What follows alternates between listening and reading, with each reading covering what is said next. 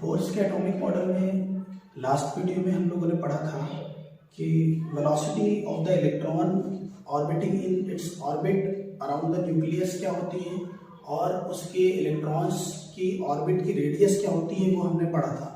आज के इस टॉपिक में हम लोग पढ़ेंगे इसका जो नेक्स्ट पार्ट है।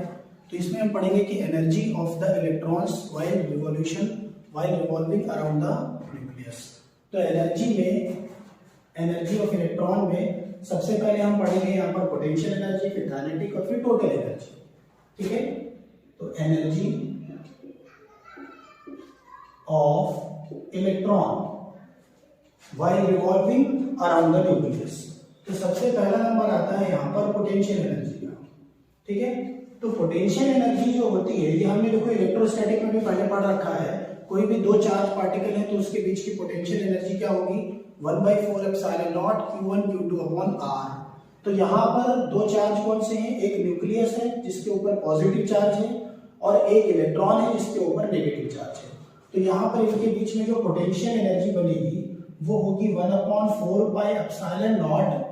अब Q1 Q2 अपॉन R है तो Q1 मतलब Q1 हो जाएगा यहाँ पे न्यूक्लियस का चार्ज ZE इंटू इलेक्ट्रॉन का चार्ज यहाँ पर -E upon R is the radius of the orbit. अच्छा, यहाँ पर ये माइनस चार्ज हमने क्यों लिया है, क्योंकि यहाँ पर पोटेंशियल एनर्जी एक स्केलर क्वांटिटी है। स्केलर क्वांटिटी के पास कोई डायरेक्शन नहीं, सिर्फ ओनली मैग्नीट्यूड ही मैग्नीट्यूड है। तो जैसा दिया एज इट इज वैसा हम ले लेंगे। ठीक, तो यहाँ पर जो पोटेंशियल एनर्जी आएगी ये आ गई 1/4 पाई एप्सिलॉन नॉट, माइनस में आएगा ये ZE स्क्वायर अपॉन R। ठीक है, ये पोटेंशियल एनर्जी इसकी होगी। इसके बाद नंबर 2 इसकी काइनेटिक एनर्जी जो देखेंगे हम। काइनेटिक एनर्जी कैसे निकालेंगे, काइनेटिक एनर्जी निकालने के लिए हम इसके सेंट्रीपिटल फोर्स के बारे में डिस्कस करेंगे। तो इसका जो सेंट्रीपिटल फोर्स होगा mv²/r, वो सेंट्रीपिटल फोर्स इसको कहां से मिलेगा, दैट इज ये जो दो चार्ज के बीच में कोलंबियन फोर्स हमने पढ़ा था 1/4 एप्सिलॉन Q1 Q2/r2, वहां से मिलेगा। ठीक है, तो उसको हम इक्वेट कर देते हैं 1/4 pi epsilon not Q1 Q2 मतलब ZE into E upon R square. अब देखो यहाँ पर हमने ZE न्यूक्लियस का चार्ज लिया और E इलेक्ट्रॉन का चार्ज लिया, लेकिन अब हमने यहाँ पर इसको माइनस ले लिया क्योंकि हम फोर्स को इक्वेट कर रहे हैं। फोर्स वेक्टर क्वांटिटी है, इसका मैग्नीट्यूड लेके डायरेक्शन को छोड़ रहे हैं। ठीक है, यहाँ पर एक R से एक R यहाँ पर कैंसिल हो जाएगा और ये mv² देखो आ गया। इसमें अगर हम 1/2 से दोनों साइड से मल्टीप्लाई कर दें तो ये तो 1/2 mv² बन जाएगा और इधर भी 1/2 कर देंगे हम तो ये आ गया 1/4 पाई एप्सिलॉन नॉट और ये हो जाएगा ZE स्क्वायर अपॉन R। ये देखिए यहाँ से अब हाफ mv² को हम काइनेटिक एनर्जी बोल देंगे। तो यहाँ पर मैं लिख रहा हूँ काइनेटिक एनर्जी,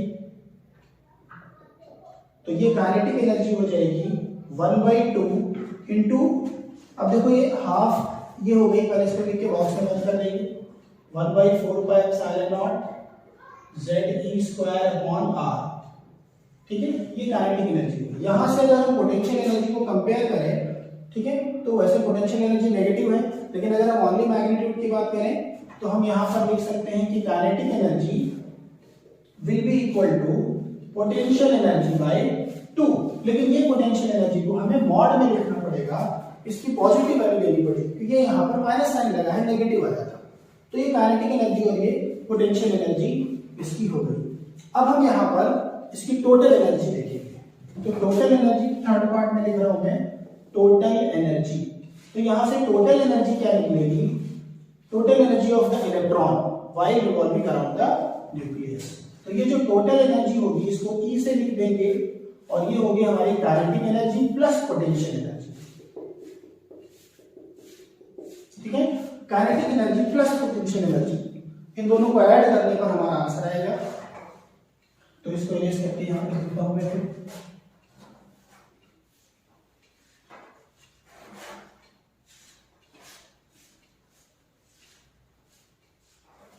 देखिए, तो यहां पर E is equal to kinetic energy को हमने क्या लिखा है 1/2 into 1/4 pi epsilon nought ZE square upon R plus potential energy को हमने माइनस में लिखा है 1/4πε0 इंटू ZE² अपॉन R।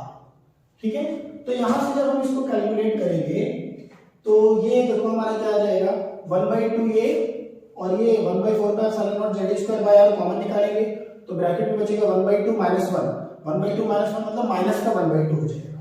तो माइनस का 1/2 इंटू 1/4πε0 ZE² अपॉन R, ये हो जाएगी टोटल एनर्जी। अब ये इसको अगर हम काइनेटिक एनर्जी से कंपेयर कर लें तो काइनेटिक एनर्जी हमारी ये थी, तो यहां पर हम बोल सकते हैं कि ये हमारी जो टोटल एनर्जी है वो माइनस इंटू काइनेटिक एनर्जी हो जाएगी। यहां से देख सकते हैं आप ये, और यहां से हमने काइनेटिक और पोटेंशियल का रिलेशन दिया था, यहां से टोटल एनर्जी और की काइनेटिक एनर्जी का एक रिलेशन हो गया है। ठीक है, अब हम इसके आगे काइनेटिक एनर्जी में हम यहां पर वैल्यूज पुट करेंगे, आर की वैल्यू पुट करेंगे और काइनेटिक एनर्जी का एक दूसरा फॉर्मूला निकालेंगे, वो बता रहा हूं आगे आपको। तो यहाँ पे r is the radius of orbit, जो कि हम लोग पहले के लेक्चर में पढ़ चुके हैं, वो हम वैल्यू यहाँ पर पुट करेंगे। अब इस हम टोटल एनर्जी में ये r की वैल्यू पुट करेंगे, r मतलब रेडियस ऑफ द ऑर्बिट, तो हम ये r की वैल्यू पुट करेंगे और फिर हम एनर्जी का एक नया फॉर्मूला निकालेंगे। तो यहाँ पर r की वैल्यू हमने पहले पढ़ रखी है, r is equal to n² h² upon pi m ZE²। यहाँ पर सिंबल्स की मीनिंग आपको पता है, n नंबर ऑफ ऑर्बिट है या इसको प्रिंसिपल क्वांटम नंबर भी बोलते हैं, h यहाँ पर प्लैंक्स कांस्टेंट है, एप्सिलॉन नॉट यहाँ पर परमिटिविटी ऑफ द स्पेस है और पाई तो कांस्टेंट है, m मास ऑफ इलेक्ट्रॉन हो जाएगा, z यहाँ पर एटॉमिक नंबर है और e यहाँ पर इलेक्ट्रॉन का चार्ज। ठीक है, तो यहाँ पर अगर हम r की वैल्यू पुट करें तो देखिए क्या आएगा, e is equal to minus का 1/2 1/4πε0 ZE² अपॉन r की वैल्यू डालेंगे यहाँ पर n² h² और ये ऊपर पहुंच जाएगा पाई m ZE²। देखिए क्या कैंसिल हुआ, पाई से पाई यहाँ पर कैंसिल होगा और तो कुछ कैंसिल नहीं होगा,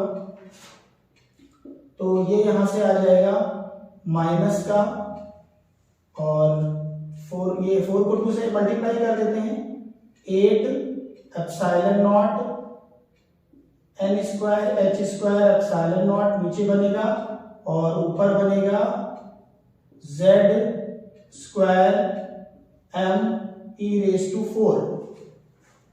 ये देखिए, ठीक है, ऊपर z मिलके स्क्वायर बन गया, e² e की पावर 4 हो गया और एक m को एज इट इज लिखा, नीचे 2 4 8 लिखा, एप्सिलॉन नॉट, हाँ ये एप्सिलॉन नॉट मैंने 2 बार लिखा है तो इसको मैं एक बार लिख करके स्क्वायर कर देता हूँ।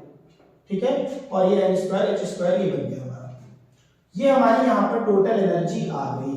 ठीक, अब इसको थोड़ा सा हम और जरा अलग टाइप में लिखेंगे, माइनस साइन को अलग करते हुए जरा हम Z² और n² को भी अलग करेंगे। जब Z² और n² को अलग करेंगे तो देखिए अंदर क्या बचेगा, m e⁴ ऊपर बचेगा और नीचे बचेगा 8ε0² h²। ठीक है, इसको हमने Z² n² को सेपरेट करा है, हमें एनर्जी का फॉर्मूला डिराइव करना है इसलिए।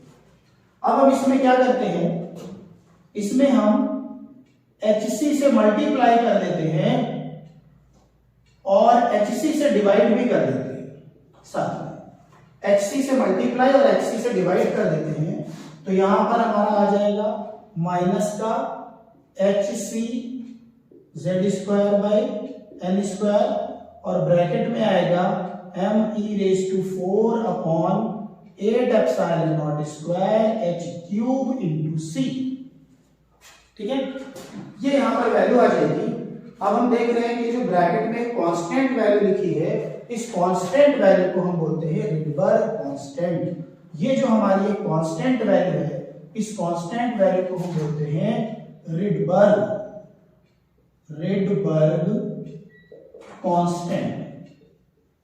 ओके, और ये रिडबर्ग कांस्टेंट जो है इसको हम r से डिनोट करेंगे और इसकी वैल्यू होगी 1.09 × 10⁷ पर मीटर, 1.09 into 10⁷ पर मीटर। ये कैसे वैल्यू आई? तो ये बहुत इजी है समझना। m यहाँ पर कांस्टेंट है, e कांस्टेंट है, एप्सिलॉन नॉट h सब c सब कुछ कांस्टेंट है। सारे कांस्टेंट की अगर हम वैल्यूज यहाँ पे पुट कर देंगे तो ये r एक कांस्टेंट वैल्यू दे देगा, रिडबर्ग कांस्टेंट। तो ये वैल्यू अगर हम यहाँ पर इसको इस कांस्टेंट की जगह पे r पुट कर दें तो ये हमको e मिल जाएगा माइनस का RHc z² बाई n²। ये एक एनर्जी का यहाँ पर फॉर्मूला आ गया। ओके, RHc है। यहाँ पर अगर हम R की वैल्यू पुट करें जो अभी हमने लिखा है 1.09 10⁷, और H जो प्लैंक्स कांस्टेंट है 6.6 10⁻⁻34 यहाँ पर पुट करें, C स्पीड ऑफ लाइट है 3 × 10⁸ अगर हम पुट करें तो यहाँ पर हमको E की वैल्यू मिल जाती है माइनस का 13.6 z² बाई n²। लेकिन एक बात ये आपको याद रखनी है कि ये जो वैल्यू आएगी वो इलेक्ट्रॉन वोल्ट में आएगी। मतलब यहां पर जो आपने RHc की वैल्यू पुट करी थी वो वैल्यू पुट करने के बाद जो यहां पर आपका RHc की जो वैल्यू आएगी वो जूल में आएगी, वो 13.6 नहीं होगी, वो जूल में होगी। फिर आपको जूल को इलेक्ट्रॉन वोल्ट में कन्वर्ट करना है 1.6 × 10⁻⁻19 से डिवाइड करके, तब आपकी ये वैल्यू यहां पर आ जाएगी। ठीक है, इसके बाद ये तो एक इलेक्ट्रॉन की एनर्जी हो गई जब वो अपने फिक्स्ड ऑर्बिट में होगा। अगर हम यहां पर मान लेते हैं कि इलेक्ट्रॉन एक ऑर्बिट से दूसरे ऑर्बिट में जंप कर रहा है, n2 से n1 में आ रहा है, इसकी एनर्जी E2 है और इसकी एनर्जी E1 है, तब यहां पर ये इलेक्ट्रॉन कुछ एनर्जी को एमिट करेगा, कुछ एनर्जी यहां पे रिलीज करेगा। वो एनर्जी क्या होगी? उस एनर्जी को हम लिखेंगे delta E is equal to E2 minus E1। अब हम यहां पर ये वैल्यू पुट करें अगर हम तो माइनस का 13.6 z² और ये हो जाएगा हमारा n2² माइनस n1²। माइनस को अगर हम अंदर एडजस्ट करा दें तो डेल्टा E की वैल्यू हो जाएगी 13.6 z² 1/n1² माइनस 1/n2²। ठीक है, रिवर्स में आ जाएगा। नाउ जैसे कि बोर्स एटॉमिक मॉडल में हमने यहां पर एक चीज पढ़ी थी कि ये सिर्फ हाइड्रोजन एटम के लिए, हाइड्रोजन लाइक एटम के लिए वैलिड होता है। तो हाइड्रोजन एटम के लिए यहां पर हम z की वैल्यू 1 पुट कर देंगे तो ये डेल्टा E आ जाएगा हमारा 13.6 और ये 1/n1² माइनस 1/n2²। ये देखिए एक चेंजिंग एनर्जी का फॉर्मूला आ गया, ये energy released by the electron का फॉर्मूला। तो अब हम लोग वेवलेंथ का फॉर्मूला यहाँ पर डिराइव करेंगे। जैसे एक इलेक्ट्रॉन अपने n2 ऑर्बिट से n1 ऑर्बिट में जब वो जंप कर रहा है तो कुछ एनर्जी को रेडिएट करेगा। वो एनर्जी का जो रेडिएशन होगा वहां पर उस रेडिएशन का जब स्पेक्ट्रम देखेंगे हम तो उस स्पेक्ट्रम की कुछ वेवलेंथ होगी, वो वेवलेंथ यहाँ पर हम इस फॉर्मूले से डिराइव करेंगे। तो अभी जैसे हमने इसको लिखा था delta is equal to 13.6 1/n1² minus 1/n2², तो 13.6 को हम यहाँ पर RHc लिख रहे हैं। कंडीशन अप्लाइड है कि डेल्टा E यहाँ पर इलेक्ट्रॉन वोल्ट में होगा। अब डेल्टा E को हम लिख सकते हैं Hc बाय लैम्डा, ये आपने पढ़ रखा है पहले।